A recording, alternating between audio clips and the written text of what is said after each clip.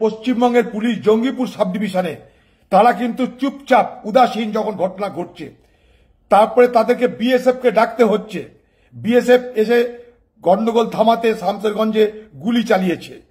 কিন্তু পশ্চিমবঙ্গের পুলিশকে আমার প্রশ্ন যে মশা মারতে কেন কামান দাগা হচ্ছে? সাধারণ কতগুলো উত্তেজনা, সেই উত্তেজনাকে থামানোর জন্য পুলিশ নিজেকে যথেষ্ট মনে করতে পারছে না কেন? পুলিশের সেই শক্তি নেই কেন? আমরা পশ্চিমবঙ্গের মানুষকে বলবো, মুর্শিদাবাদের মানুষকে বলবো, পশ্চিমবঙ্গের প্রশাসনকে বলবো, এখনই সর্বদলীয় বৈঠক ডাকা হোক। আমি গতকালও পশ্চিমবঙ্গের প্রশাসনের শীর্ষ কর্তাদের সঙ্গে কথা বলেছি। তাদেরকে বলেছি পশ্চিমবঙ্গের মুর্শিদাবাদ জেলা অত্যন্ত ভয়ঙ্কর পরিস্থিতি দিকে যাচ্ছে। বাংলাদেশের সঙ্গে সীমান্ত আমাদের, সেই এলাকায় উত্তেজনা বাড়া মানে আমাদের কারোর জন্য ভালো নয়। সেখানকার হিন্দু মুসলমান উভয় সম্প্রদায়ের মানুষ আমরা যুগ যুগ ধরে একসঙ্গে শান্তিপূর্ণভাবে বসবাস করেছি। আগামী দিনেও আমরা শান্তিপূর্ণভাবে বসবাস করতে চাই। সেখানে যেন কোন রকমের অশান্তি, কোন রকমের বৈরিতা, কোন রকমের শত্রুতার বাতাবরণ তৈরি না হয়, এটা নিশ্চয়ই আমাদের দাবি থাকবে। মুর্শিদাবাদবাসীর কাছে কংগ্রেসের পক্ষ থেকে আবেদন যে আপনারা শান্ত হন, হিন্দু মুসলমান উভয়েই উত্তেজনায় আপনারা পা দেবেন না, উত্তেজনার ফাঁদে পা দিয়ে আমাদের সমাজের বিপদ ডেকে আনবেন না, এটাই আমার একান্ত অনুরোধ। মুর্শিদাবাদ জেলার বিশেষ করে জঙ্গিপুর সাব ডিভিশনে গত কয়েকদিন ধরে সাম্প্রদায়িক উত্তেজনা ক্রমশ বাড়ছে। ওয়াকফ বিলের বিরোধিতা ভারতবর্ষের জাতীয় কংগ্রেস রাহুল গান্ধীর নেতৃত্বে আজ থেকে নয়, যেদিন থেকে পার্লামেন্টে ওয়াকফ বোর্ডের জন্য বিল আনা হয়েছে, ওয়াকফ বোর্ডের আইনকে সংশোধন করার জন্য বিল আনা হয়েছে, সেদিন থেকেই কংগ্রেস প্রতিবাদ করছে। পার্লামেন্টের মধ্যে করেছি, কংগ্রেস পার্টির পক্ষ থেকে আমরা সুপ্রিম কোর্টে যাচ্ছি এই ওয়াকফ বোর্ড আইনটাকে বাতিল করার জন্য। কিন্তু প্রতিবাদ যেন প্রতিবাদের মতন হয়, সেই প্রতিবাদকে কেন্দ্র করে পশ্চিমবঙ্গে একটা অদ্ভুতভাবে সাম্প্রদায়িক উত্তেজনার সৃষ্টি হচ্ছে। সেখানটায় পুলিশকে মার ধর, তাদের গাড়ি জ্বালিয়ে পুলিশ কোথায় পালাবে তার পথ খুঁজে পাচ্ছে না। এই পুলিশের বীর পুঙ্গবেরা যারা অসহায় শিক্ষকদের লাঠিপেটা করতে পারে, তারা কিন্তু তাদের নিজেদের গাড়ি রক্ষা করতে পারে না, তারা কিন্তু নিজেদেরকে রক্ষা করতে না পেরে দোকানের মধ্যে ঢুকে পড়ে।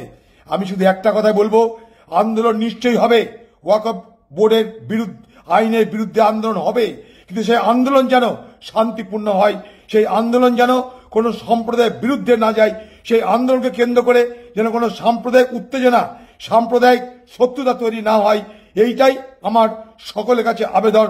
মুর্শিদাবাদবাসী আপনারা সচেতন হন, জঙ্গিপুরবাসী আপনারা সচেতন হন, এই ফাঁদে আপনারা পা দেবেন না। আমার এটাও শঙ্কা হচ্ছে যে হঠাৎ করে একদিকে শিক্ষকদের এই আন্দোলন, 26,000 চাকরি হারাদের এই আর্তনাদ, যোগ্যদের আর্তনাদ, যোগ্যদের প্রতিবাদ, যোগ্য যারা শিক্ষক তাদের এই হঠাৎ করে সর্বোচ্চ খোয়ানোর যে জ্বালা যন্ত্রণা, তাদের আক্ষেপ প্রতিবাদ, এই সব কিছু থেকে মানুষের দৃষ্টিকে ঘুরিয়ে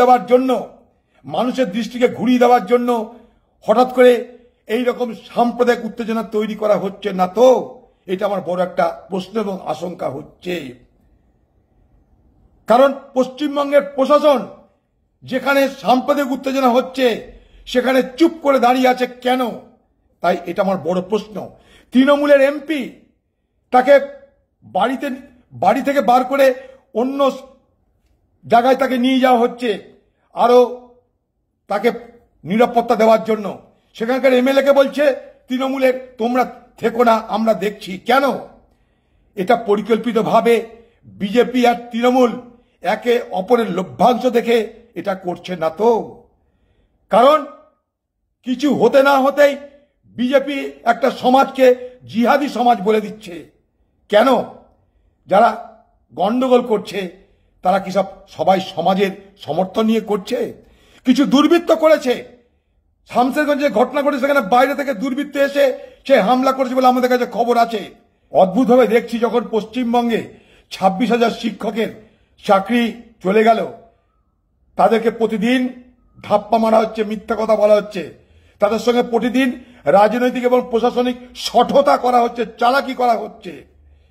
একটাই লক্ষ্য সরকারের, যে এই আন্দোলনকে ডাইলুট করে দাও, ডাইলুট করবার জন্য, অর্থাৎ হালকা করে দেওয়ার জন্য আলোচনাকে বিলম্বিত করো, অর্থাৎ ডিলে অ্যান্ড ডাইলুট, আলোচনা বিলম্বিত করো, আলোচনার তীব্রতাকে কমিয়ে দাও।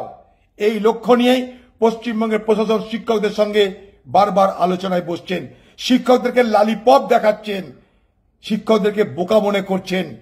পশ্চিমবঙ্গের প্রশাসন যদি মনে করে, পশ্চিমবঙ্গের শিক্ষক এবং শিক্ষা প্রশাসন যদি মনে করে সুপ্রিম কোর্টে গিয়ে কান ধরে বলুক আমাদের অন্যায় হয়েছে, যা সাজা আমাদেরকে দিন, আমরা তথ্য লুকিয়েছি, আজকে তথ্য প্রকাশ করছি, সেই প্রকাশিত তথ্য অনুযায়ী যারা বঞ্চিত তাদেরকে চাকরির ব্যবস্থা করা হোক, এটা নিশ্চয় বলতে পারেন।